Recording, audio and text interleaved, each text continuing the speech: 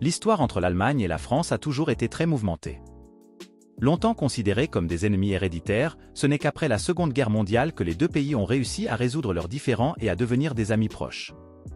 Un territoire en particulier a été considéré comme une grande pomme de discorde, il s'agit de l'Alsace-Lorraine. Le territoire a changé 4 fois de nationalité et il a toujours été d'une importance capitale pour les deux États. Aujourd'hui encore, c'est une région extraordinaire où les cultures allemandes et françaises se rencontrent. Mais pourquoi cette région a-t-elle joué un rôle si important dans l'histoire? Pourquoi est-elle finalement passée à la France et à quel point la région est-elle encore allemande aujourd'hui? Nous nous penchons sur toutes ces questions dans la vidéo d'aujourd'hui. La région historique d'Alsace-Lorraine jouait déjà un rôle très important au Moyen-Âge. Cependant, des siècles auparavant, elle était déjà le centre de l'Empire franc sous Charlemagne. Plus tard, le royaume des Francs a été divisé et la région a été rattachée à celle du Saint-Empire romain germanique. Comme son nom l'indique, il a alors longtemps été marqué par l'Allemagne et était l'une des nombreuses petites principautés au sein de l'Empire.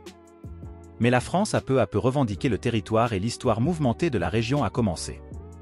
La France a profité de la dévastation et de l'affaiblissement des petits États allemands pendant la guerre de 30 ans pour annexer certains territoires alsaciens autrefois occupés par les Habsbourg.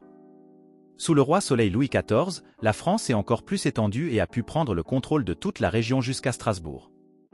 Et c'est à cette époque que le mythe des territoires perdus de l'Empire est né chez de nombreux Allemands.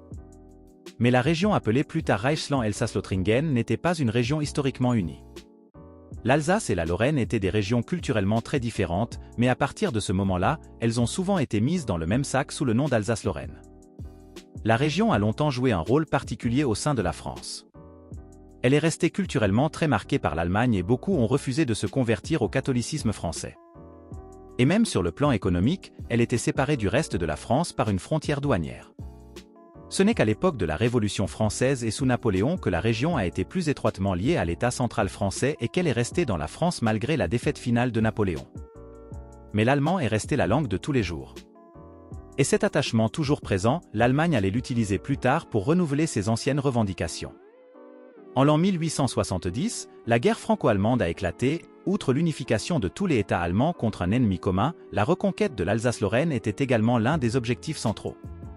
La reconquête devait d'une part démontrer la force militaire de l'Allemagne face à la France, mais d'autre part, la région était d'une importance stratégique capitale.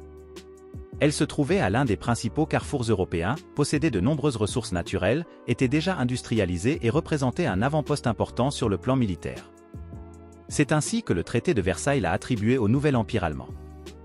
La délimitation des frontières n'était pas seulement basée sur la langue et la culture, mais les Allemands ont également annexé certaines régions francophones qui avaient un rôle stratégique important. Par exemple, la ville de Metz et ses environs. Pour les Français, qui considéraient déjà la cession des régions germanophones comme une aberration, c'était une profonde insulte. Une vague d'indignation nationale a éclaté, la perte était considérée comme inacceptable et dans l'esprit des Français, la région continuait à faire partie de la grande nation. Un fort sentiment anti-allemand a éclaté et il était clair que le dernier mot n'avait pas encore été dit sur la région. L'Alsace-Lorraine était donc l'une des raisons de l'hostilité héréditaire franco-allemande.